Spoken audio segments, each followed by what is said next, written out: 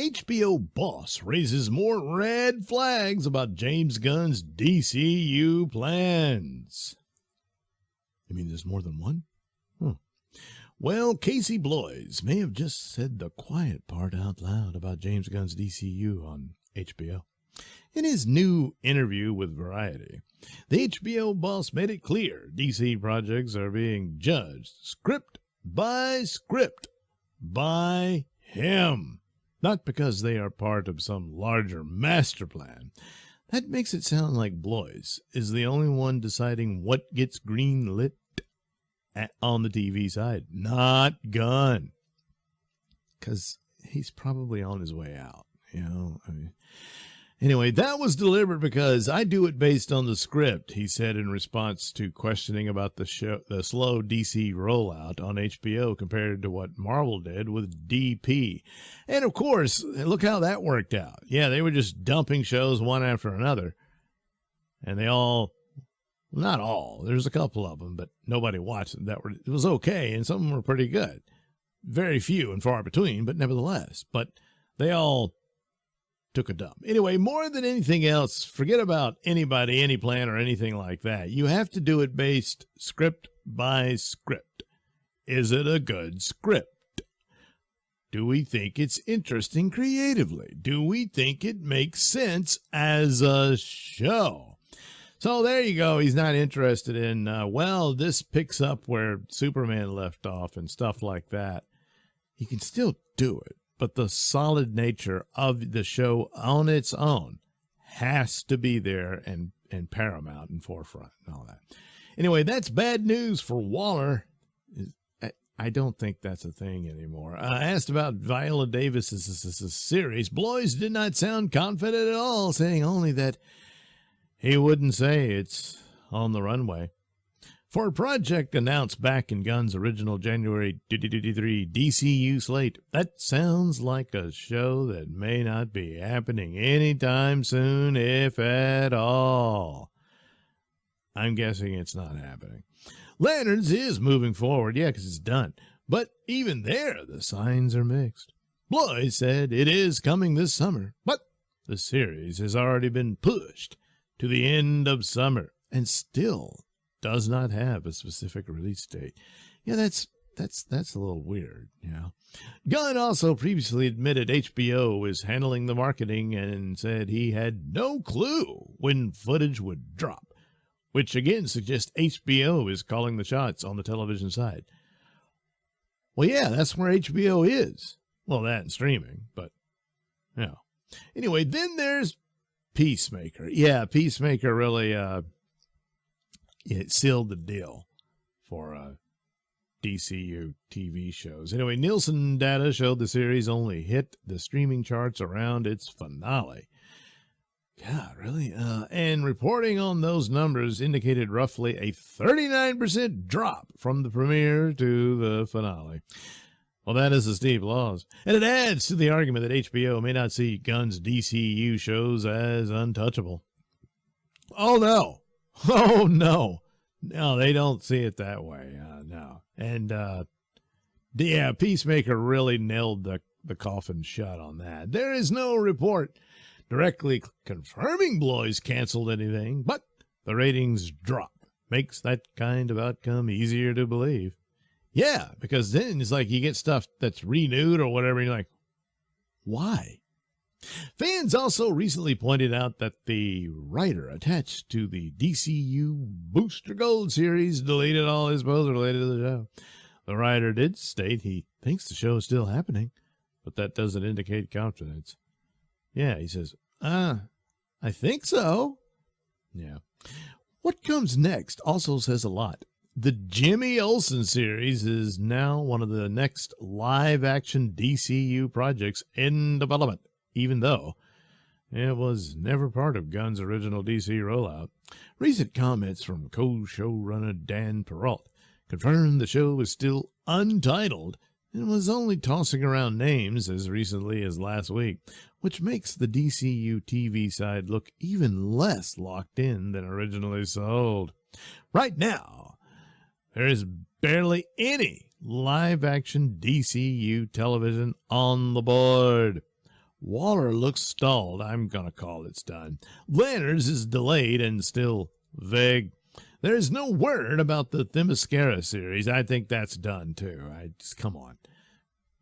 Game of Thrones with Amazons. I don't know. Peacemaker lost a big chunk of its audience. Yeah, it sure did.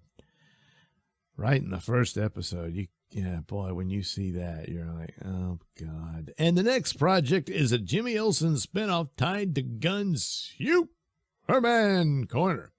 Not a major expansion of the wider DCU. That is not exactly the strong the TV universe Gunn promised. Yeah. He promised all this stuff. There was going to be these interconnected movies and TV shows and all that goody gumdrop stuff. And that's why he had to cancel a really good Superman show like Superman and Lois. Because, hey, look, we got to make room for all this great stuff coming. And then we got Peacemaker season number 2. That opened with a bisexual orgy at Peacemaker's house.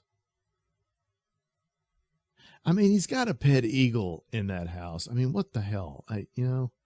Well, anyway, and then it just got worse after that. So the sad thing is there was some good stuff in there, here and there.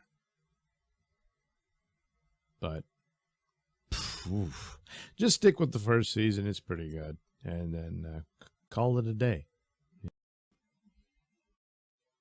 James Gunn could be out at DC before Man of Tomorrow as Snyderverse return continues. Well, the possibility of him being out before the movie debuts, yes. As far as his job as the head of DC, certainly.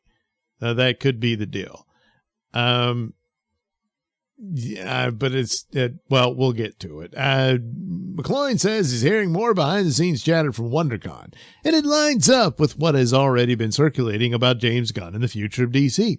Worth a mention is that WonderCon is a smaller-scale con, but near Los Angeles, so it does get a lot of people who are involved with the industry.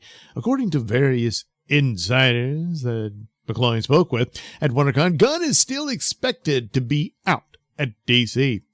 And I was told that could even happen before Man of Tomorrow, which is set for release in July 2027, which is odd. I mean, what if it's a smash hit, But the thing of it is, yeah, he could be out of his top job as head of the DC studios, but it would still be functioning as the director of Man of Tomorrow. And that would be the same for Peter Safran as well as the producer and stuff like that.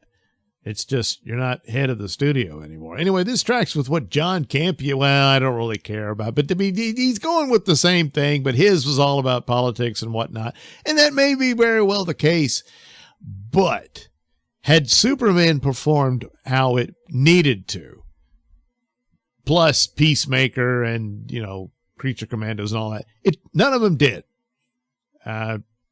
Peacemaker being the worst. And so he's got no cards to play here. See, that's a big problem for him. So maybe that'd be a way to save face. I'm not working for these MAGA people, which they're not really MAGA. But anyway, what I was told at WonderCon is that people in the know still expect major changes at DC, with Gunn possibly not lasting long enough to see Man of Tomorrow through in the ways fans were originally sold. Now, I think he'll be allowed to finish. I don't think they're gonna put Snyder on it.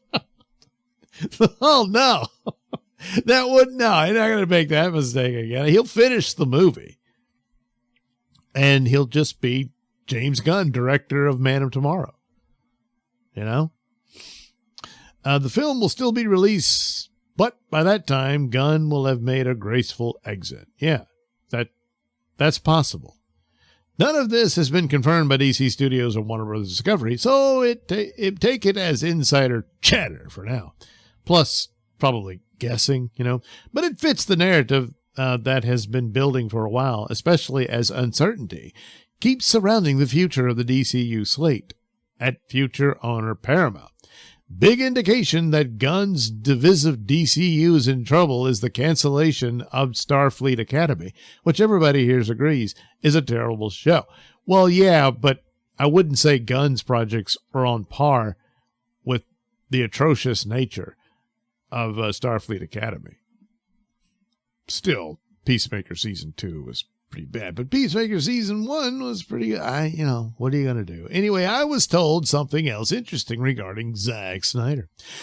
According to the insiders I spoke with, Snyder did not go to them about coming back. I was told it was the other side that approached Snyder about a possible Snyderverse return. Gee, I wonder who that could have been. If true, it means there has been at least some interest in bringing him back from people with influence, as these larger media and studio moves continue in the background. Recall that Mike DeLuca was bringing back the DCEU in the real ending of The Flash before Zaslav changed things and Gunn took over. Yeah, so this would mean that DeLuca, who's still there and is actually doing better career-wise than James Gunn, and may have put, listen, I know things went south. It's not how I wanted it, but if I get a shot to bring you back, would you be interested? That could be the thing that stirred up all that. Now, Zack Snyder's been posting a lot of DCEU imagery on his Instagram account. And of course, McCloyne here is all excited about it, keeps covering it every time a new image is posted. Now, it's in conjunction with images from his other films, but there's a lot more DCEU. So the theory goes that this is to gauge interest online, that if there's still an audience there for that iteration, would there be big excitement for a return of that? So DeLuca would be the most likely candidate here, of someone on the inside asking him, would he come back? Now that's him. Can you get the cast back? For the most part, yeah, I think so. But it really comes down to Cavill and Affleck. They're both iffy because they both personally got screwed over by Warner Brothers in this whole DC stuff. And plus, a lot of time has passed. At this point, they would have been done with their DC roles for those films had it all been completed. And then, yeah, you'd be moving on to, I guess, David Cornsweet, who unfortunately gets thrown into this. It's not crazy that this sort of scenario could have played out. Because you might have figured out pretty early on that, I don't have a lot of confidence. And especially after the performance of Superman, that was telling. And when Superman failed, okay, everything changes again. And the whole story about the Flash, and there were 3 different endings. There was the one for the girls to take over with Batgirl and Supergirl. Then there was the one with DCEU coming back with Henry Cavill showing up at the end and Ben Affleck and all that. And Ben Affleck showing up in Aquaman, all this type of stuff that they were doing. They shot it. And then scrap all that and forget all that stuff, including the Michael Keaton and Batgirl stuff, killed Batgirl, all that, and just put George Clooney at the end of the movie, for a tee-hee. And that was that. So now, what's this about the Iran war? The other wrinkle that McCloyne heard about is the Iran war. I was told the situation has slowed everything down and that the Paramount Warner Brothers Discovery deal would have moved faster if not for the instability now hitting the market and the wider concerns around foreign investment and regulatory scrutiny. The deal has already been facing chatter about regulatory issues, and any added pressure tied to geopolitical tension or overseas financing is only going to make things more complicated. So while there may still be movement behind the scenes, it sounds like outside events are now creating concerns. Another thing I heard is that the Saudis may be getting cold feet, or at the very least becoming more cautious when it comes to U.S. investments. Well, the problem is the Saudis are perfectly fine with Iran being attacked. They do not get along. And in fact, they were the ones fighting the proxy war in Yemen a while back, against each other. So there's no love lost there. But just instability overall can create problems, sure. So anyway, if that's what is happening, it could could have a direct effect on the place of any bigger media shakeups, especially if outside money was expected to help get certain things over the finish line. It doesn't mean everything is dead. It may mean there is hesitation where there was previously momentum. Well, this sounds more like a problem with the merger being completed. So if this is really that disruptive, that could do that regardless of any Snyder return and that sort of thing. I mean, if this doesn't go through, yeah, there's no Snyder returning. There's no nothing. I mean, they're in a big mess here because Warner Brothers is limping along. It needed this sale to somebody, So Trump may ease some concerns, really. So there is also the political angle. Trump recently posted on Truth Social in a way that suggested CNN is basically a done deal, which insiders believe what could help ease some of the concerns hanging over the situation. Whether that actually changes anything with regulators remains to be seen. Well, if that's the case, then perhaps there's no trouble with the merger and it'll go through. As for Zack Snyder, a lot of this circulating around was that he had a lot of fans from big money Saudi guys like this dude here. And with a sugar daddy like that, who wants to see a Snyderverse return in some form or fashion, I could go a long way to make it happen, because Warner Brothers will be like, well, it's your money, and the only concern would be brand damage, but there's already brand damage because this current iteration of DC just doesn't look to be working. But they can always talk to the failures of DCEU, and some of that was on Snyder. Not all of it. Quite a bit was really after he left. It just got so bad. So I don't know if the engagement online is such that if they can say, hey, it's actually real and not the bots again, then they've got an argument for it. Plus, if they have the sugar daddy money, then yeah, I guess so. And they can make this event out of it. It's this big deal. The return of these guys for one last hurrah with their Justice League films, possibly even more in the form of Man of Steel 2 and Ben Affleck's Batman, stuff like that. Maybe that could occur. But again, the clock has always been ticking. These guys are getting older, and so there's a lot more odds against them than for them. But, it's crazy times, and everything's up in the air, and Netflix had it in the bag, and then whoop, nope, it's Paramount, that kind of thing. So maybe so. As for Man of Tomorrow, yeah, Gunn's going to get to finish that. And I'm not going to take it away from him and put some other guy to wrap it up or whatever. I don't think so. It's just before the movie debuts and stuff, will he say, yeah, I'm stepping away from DC Studios because, I'm just an artist. Running a business is a big thing. I tried, I gave it my best foot forward, but it's really, I'm not really the guy for that type of thing. I'm more of the creative guy, and I just want to make movies and stuff like that. And that could be the sort of out for him. And off he goes. As for Peter Safran, I don't know. Maybe he stays. Maybe he just becomes the sole head of DC Studios, maybe as a placeholder and that kind of thing till Paramount brings in their own guys, what have you. Or maybe they like him and they'll stick with him. Who knows? But for Gunn, that could be his out. And then, he shows up for the promos and, premiere party stuff for Man of Tomorrow. And then that's it. That's it for DCU. Then who knows? Then there's Matt Reeves' Batman still going, so you get that. As for everything else, it looks like everything else is just gone. You're going to get the Lantern show, and they're still apparently working on a Jimmy Olsen show. So I guess maybe that'll get released. And then that's it. And then the Snyderverse or not, there's just going to have to be yet another DC reboot. Well, if it's Snyderverse, it won't be another reboot, but it'll be, if not, then yeah. But down the line, and I think they'll just, the only placeholder left after that would be Matt Reeves' Batman, provided Matt Reeves' Batman #2 does well and much better than the first one. If it's on the level with that Penguin show, then they really got something. And then you go from there.